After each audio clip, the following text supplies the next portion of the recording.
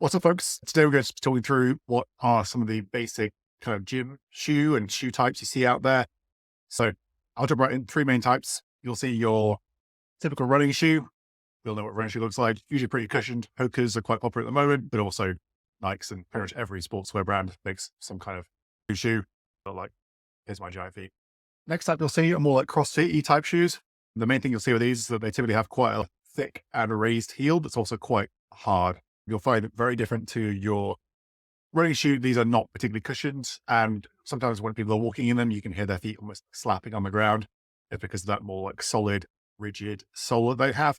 What I would say is these are great for lifting in. If you are just mainly using the gym, then these kind of shoes are a really good option. These are the Nike Metcons. I don't know which number, but these are a good gym option. They've got a slightly raised heel, so they're good for doing squats and other movements, leg presses, etc.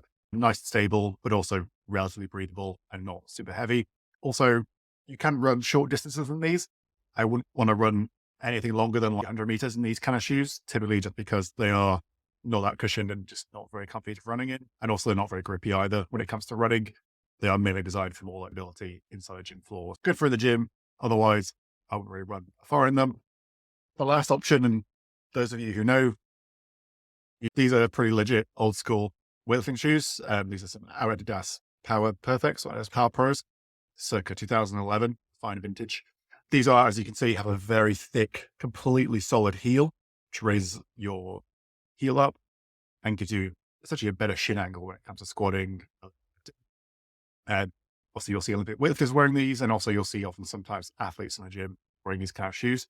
They're good for weightlifting in terms of stability, but you cannot run in these. You can barely walk in these, to be honest. They're not the comfiest, and they're often not very breathable either. Those are three types I have.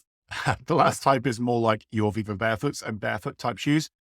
There's lots of pros and cons to wearing barefoot shoes. What I would say is you do need to transition slowly to barefoot type shoes. You can't get away with just putting them on and then going for a 5K straight away.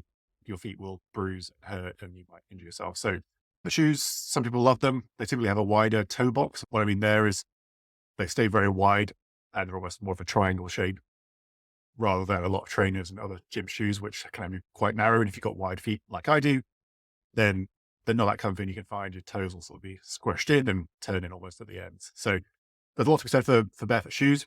Barefoot shoes, good for in the gym. If you want to get into barefoot running, do so at your own risk. Those are the main options. Hope that's helpful.